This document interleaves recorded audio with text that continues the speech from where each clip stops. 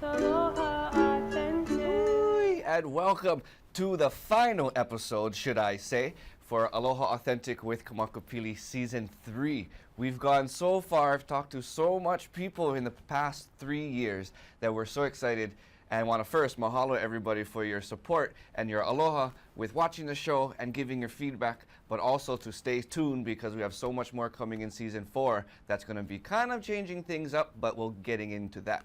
But of course, you know, on Aloha Authentic, we have to follow our protocol no matter what, because that's just how it goes. When you have Hawaiians inside a studio, or especially just a Hawaiian, you gotta have food, because other than that, we're gonna go home. So I made sure I brought me some bowl of poi, and I also made sure I brought me some poke. There was more than this, but I ate some prior, so by the time this is pao, this is gonna be pao. But Tutu always said the bowl of poi is always opened on the table at dinner or anytime you're sitting at the dinner table, because whatever words are spoken, that's what gets sucked into the food, and it's going to sour it, and not a good sour, and you don't want that, because all these stories that we talk about Aloha Authentic are that of positivity, and we don't want any of those stories to be spoiled. So we have our bowl of poi to follow the protocol Tutu always said. Again, this episode is a little bit different because we're going to be kind of highlighting what we've done and who we spoke to, at least in the past season, and then we're going to be shedding some light what will be coming forth for Season 4 starting 2018. Getting right into it, there's so much things to share. I'm kind of stoked because when I came into the studio, I see the Christmas tree, and I know these shows always get recorded earlier, and I always forget about that, so I made sure I was conscious. I grabbed the Christmas tree outside, and that was the room outside, and I told them this is going to air in December, so I got to make it a little bit more festive, you know, for the festivities. So we're going to go through, and we have our little books over here, because everything is about education. That's what Aloha Authentic really is kind of about.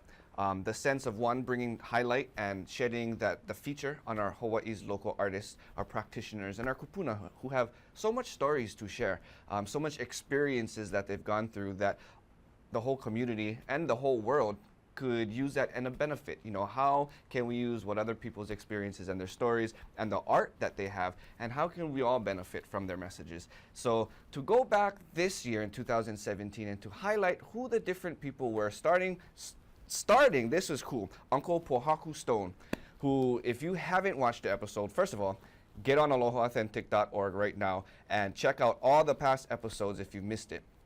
But back in the beginning of 2017, we had Uncle Tom Pohaku Stone, who's known waterman here in Oahu and here in all of Hawaii, had come into the studio taking time out of his busy schedule, teaching kids in our community about the traditional art of surfing as well as the traditional art of holua sledding. So Uncle Pohaku came into the studio and he shared a little bit about the traditional art of surfing. And on the show, we made a promise, and we never got to it yet because our schedules are so busy, but we're going to have a part 2 with Uncle Pohaku talking about holua sleds, because one is surfing on the ocean, holua sled is surfing on the mountains or the aina or our land. It's super cool, and it's something you don't really see very much nowadays, especially our schedules are so busy. Work is a constant must, so we don't have the time or the opportunity very much to really dig back into our history here in Hawaii and learn about the traditional practices that flourished at one point. And holua sledding or surfing was one of them and continues to be one of them. Surfing, to just give a little pinpoint of what Uncle Pohaku talked about in the episode, surfing originated from the chiefs. And what we know of surfing today, even the competitive sport worldwide, the competitive sport of surfing worldwide, had come from someplace, but it's so drastically different to what and how we know surfing today. So touch upon that episode, because Uncle Pohaku has so much more ʻŌlelo to share. Plus, he's just a super cool guy, so he's one of those when he's talking, it's hard to not pay attention to him because his energy's all over the place. His hands wave just as much as mine. So when I seen that episode, I felt better about myself, because sometimes I have expansions like a bird. Anyway, the second episode that we've had in this season is on sacred stones. Season 3 was a little bit of a test run for different opportunities of storytelling for Aloha Authentic. And one of them was using more use of our cell phone, using the camera that is right on the back of our telephone, and capture these simple stories around our communities, around our neighborhoods, and around our islands. This particular episode sheds light on the different stones or places on Oahu that are considered sacred traditionally or even modernly, with that aspect of respect that we show our lands and show these different places. So I invite you and recommend check that out, because there's about 15 to 18 different spots that we visited on Oahu, and they're 1-minute clips that really just share the essence of what that place is and why it's considered sacred. And that is shared with the hopes that it sparks interests within you individually yourself to go find these books and stick your head inside the pages and do some reading and find out more about our home, because like I said, world is so busy that if we just took the time to put our heads into the books, or even just to look, everybody's on their phone. Google is so easy to access now. Don't always trust what's on the internet, but at the same time, use the internet in your most benefit. Just be more familiar with what our history holds and the places around, especially in your hometown. So like for me, from Kailua, I've been going around and just sticking my nose in where I'm comfortable at. You know, instead of going out to different places, just talk about what your home is. You know your home the best. So if it's Kailua, if it's Kaneohe, if it's Nanakuli, if it's Honolulu, or if it's even separate islands, that would be even more cooler. Take your phone and just jot down and record yourself talking about something that you know. If it wasn't from your family, if it wasn't from what you've read, share your aloha and share what you know with what the world, share what you know with the world. You try to get on this camera and talk fluidly to you all every single time we come up here. My goodness. It's good fun though, I like doing this. Anyway, sacred stones, okay? The next episode that we touched upon, again, season 3 was a little bit of a test run. We started to focus on an ʻaliʻi. Partnering with our sponsor, the Native Hawaiian Arts and Culture Expo, they produced this ʻaliʻi series of events that focus on different ʻaliʻi in our history and different royalties who've contributed immensely and so much to not just the Hawaiian people at the time, but even today. Everybody who calls Hawaii our home, everybody who steps their foot on Hawaiian soil, some way or another are beneficiaries to many different ancestors who laid down this sidewalk for us to walk on today. So this episode, if you check it out, Prince Kuhio Day episode, brings light to a very prominent person within our history, Prince Jonah Kuhio Kalaniano Ole Pi'ikoi. In March, I believe it's the 23rd or 26th, please check for me. I could be wrong on either, I'm not gonna just say one, but it's his birthday. And there's events held all around the islands for Prince Kuhio, commemorating and honoring him, because it was due to Prince Kuhio that we have what we know as Hawaiian homestead today. Back in the early 1920s, Prince Kuhio, as a Republican delegate to US Congress, had been able to establish what was known as the Hawaiian Homestead Act, that allotted about 200,000 acres of land here in our islands to be dedicated for Native Hawaiians, to get our people back on the lands, because at that time we were going through a lot of turbulent seasons within our islands. So Prince Kuhio was a man before his time to really be able to try to use what resources were in this new Western world to us as the most benefit that we can for our people. So in this episode, we touch upon, or we speak to different artists from Oahu and from Hawaii in general, who have their interpretation to the works of Prince Kuhio, and how them as participants to this event who's honoring Prince Kuhio, how they are affected. There's Hawaiians, there's non-Hawaiians, there's people who live here but also live elsewhere, but they all have stories to share that bring attention back to our lifestyle here in Hawaii, if it's modernly or if it's traditionally. The thing with me is that it's hard for me to say that because somebody's not Hawaiian, that the stories that they share about Hawaii isn't valid. Because there's a lot of people in our world, there's a lot of family members of mine who aren't necessarily Hawaiian but are born and raised here, and they call, and all they know of this place is to be their home. So their stories is just as valid as everybody else's, and that's why I really like to talk to people, because there's so much different perspectives to Hawaiian culture or just our lifestyle here in Hawaii. And we're only going to know about these different stories if we ask. So Aloha Authentic is that platform to bring people on and share your stories about Hawaii. So check out Prince Kuhio Day. There's so much cool, awesome stories that people share about that, and that conversation can go on and on and on. Our next episode and the next guest that we had here on Aloha Authentic is a very awesome lady. Her name is Leo Hone. And for me, I'm always baffled when I look at the works, these paintings that come from not just herself, but really her spirit. Leohone, if you haven't seen one of her pieces, check out alohaAuthentic.org to see that episode. But also, just find out, Google Leohone, or her website, I believe, is kamualafinearts.com, and just see the work that she does. She always paints spiritual figures within her pieces, and each piece is a story of reflection between Hawaii now and Hawaii back then. And it gives a highlight on a certain kupuna. And to me, to find innovative ways, ones that may be very interesting, ones that may lead you, it always keeps you on a hook dangling, wondering what's next. Finding these different innovative ways to share stories about Hawaii, that's the twist. And to me, that's the niche that everybody, especially storytellers or practitioners, have. How to be modern, how to share traditional stories or old historic ʻŌlelo in a contemporary way where it's not boring, how to make culture interesting for this new generation, that there's so much things in the world as for distractions for this new generation and up and coming generations, that the question for me is how to make Hawaiian culture interesting where we can spark the interest in people to find out just a bit, like in these books, they have that foreword, just a little paragraph that tells you what it is about. And hopefully the interest is that you'll purchase a book and you'll read the whole thing. Same thing with when it comes to Hawaiian culture in my eyes. How to give you a little foreword, especially for the keiki, but want to find out some more because, King Kamehameha, bro, that guy's so cool. Because you can go on and on and on and connect the different pieces and find out so much different aspects and corners about our culture here in Hawaii. So Auntie Leohone, I call her Auntie Leohone, but Leohone, she is a beautiful person with a beautiful talent. And check out her beautiful stories on her website, or check out the interview and the episode on alohaAuthentic.org for that one. Another guest that we had, a funny dunny lady. I can guarantee you've seen her all over either social media, or if you don't have social media, either her faces are in the back of buses.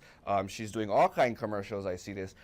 Passion Santos, a millennial up-and-coming funny lady who is same thing, finding different ways to tell her stories.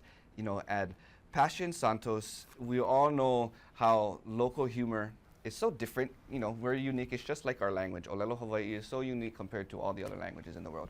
Well, our humor, I would think, is the same way. And Passion has a passion. And that's why her mom knew that way ahead of time. But Passion has a passion to make people smile. And for me, seeing the art within comedy is just as much of an art as painting is, or as ceramics is, or whatever it may be.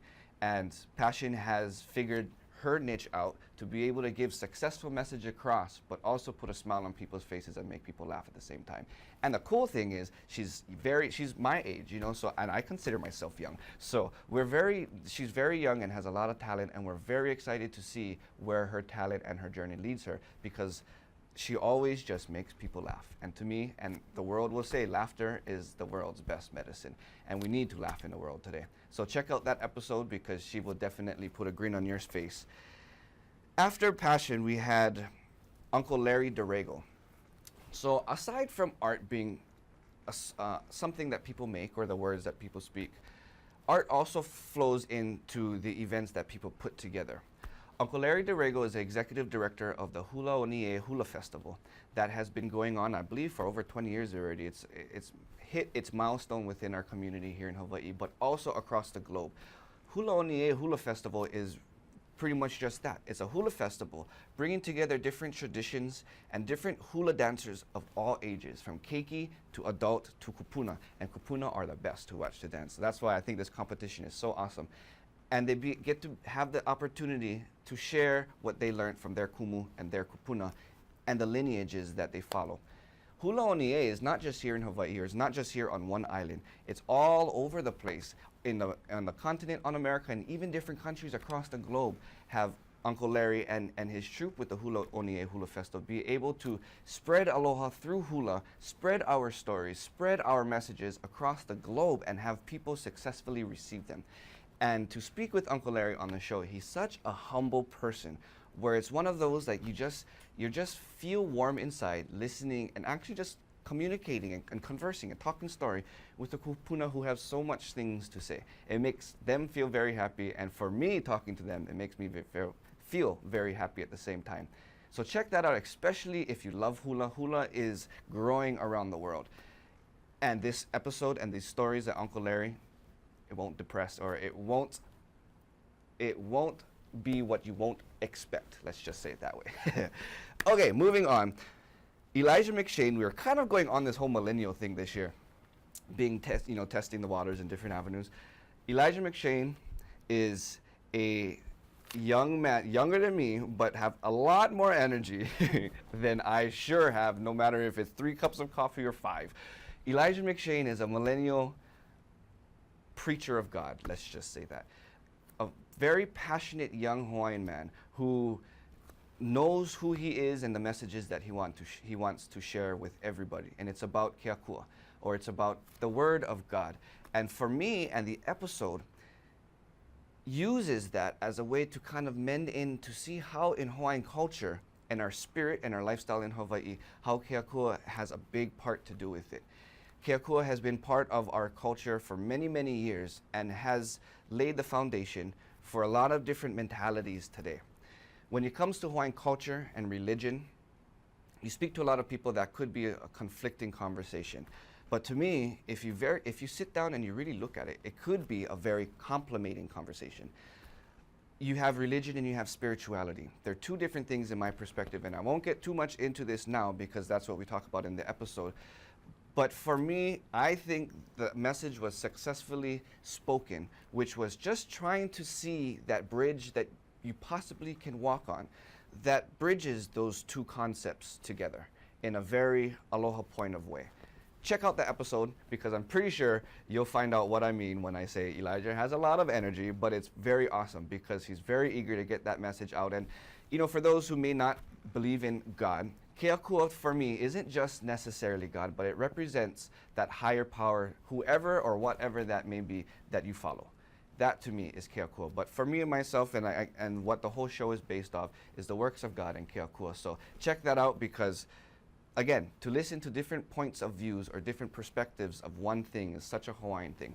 So I always tell people, when you listen to Hawaiian music, when you watch hula dances, when you talk about Hawaiian stories, always walk into it with your book wide open, because different stories, different families, different lineages could speak of one story in many different ways. So just know that always when you're talking about Hawaii and Hawaiian culture, you have your open book. And closing out our season just last month was a very talented artist, not just in one type of medium, but many different mediums does she express her art in, Dawn Yoshimura. Dawn is I believe, 4th generation Japanese American, born and raised in Hawaii. And like I talked about earlier, about me not being a person who's particularly fond of saying that because this person's not Hawaiian, let's find somebody who is. Dawn, not being Hawaiian, but born and raised here, has so much stories to share about being in that particular seat, a non-Hawaiian looking Japanese, but being here in Hawaii, and what was her lifestyle growing up here in the islands, and how does that lifestyle back then relate to the lifestyle today? And I think her message is very powerful because I think it would shed light onto that particular topic. And I think it's a very important topic today. So season 3 was amazing. Very, very excited. Season 2, we had a lot more artists and a lot more musicians, and season 1, my gosh, that seems so long time ago. But this all happened, because I take upon the opportunities that fall in my lap. And I feel, and I thank ʻŌlelo channel, because it was because of ʻŌlelo who came up to me at an event that I was selling my products, and I was sharing all the different stories of my designs. And they approached and asked if I would like to have an opportunity to share these stories on the television where we can get it out a little bit more further within our community. And I said, I always try something once, so we did it.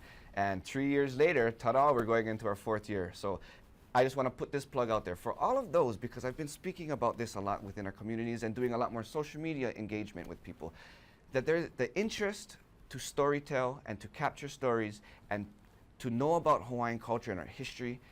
It's on an incline. I think we had a renaissance of a renaissance, and I believe we have this renaissance of a renaissance if you really want to put it there. And if you really want it to happen, you got to put yourself and your efforts in that pot as well. So I invite you, if you have stories to share, even if it's not about Hawaiian culture, if it's about the Word of God, or if it's about your family, or if it's about your poetry, your stories, or whatever it is, I invite you, take upon that challenge, go to ʻŌlelo channel and get your own channel. Get your own station or TV show that you produce.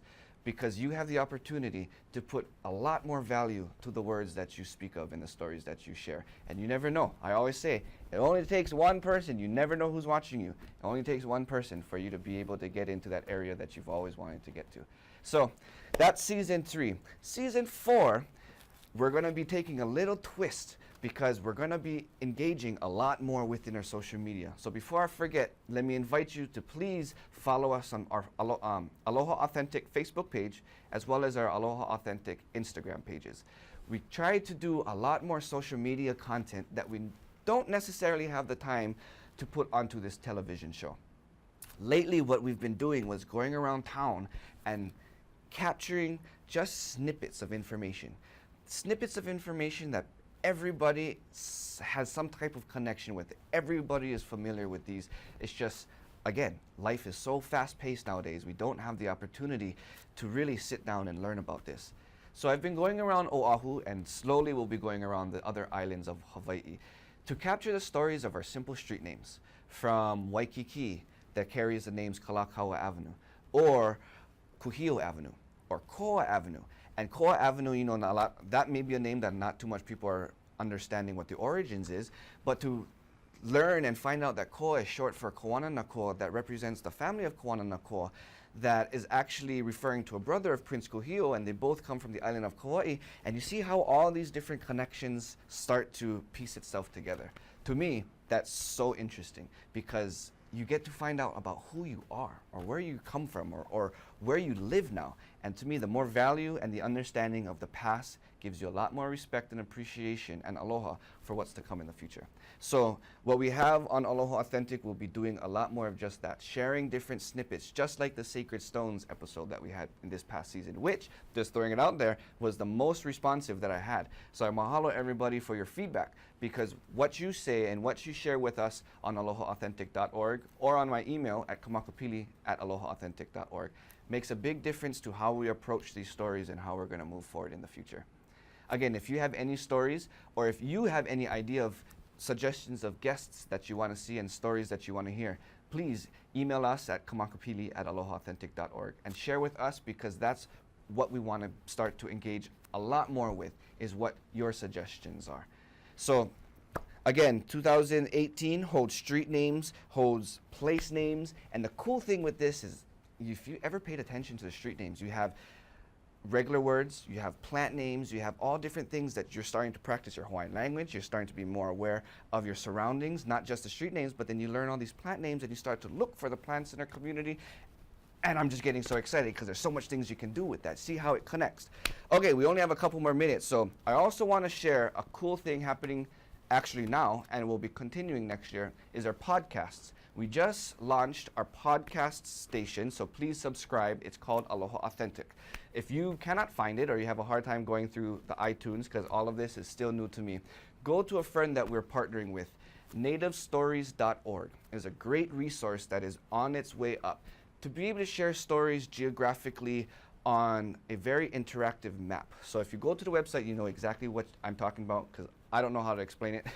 So just check it out. But if you also go to nativestories.org, you'll find the link that will lead you to be able to subscribe to the Aloha Authentic podcasts. If you're driving, you're doing chores because your parents said you got to do chores, or do all this kind of stuff, just pop some earphones in your ear and you can listen and learn at the same time as you're doing something physical, you know? All right. Starting in 2018, Aloha Authentic Season 4 will be on a new time. So grab your calendars, grab your notes, and grab your pencil and write this down. The first Friday of every month, Aloha Authentic will air its new episode at 6:30 p.m. on ʻŌlelo Channel 53, the same channel. Then it will replay itself for the remainder of the month every Saturday, except if there's a fifth Saturday, at 9:30 a.m. on the same channel 53.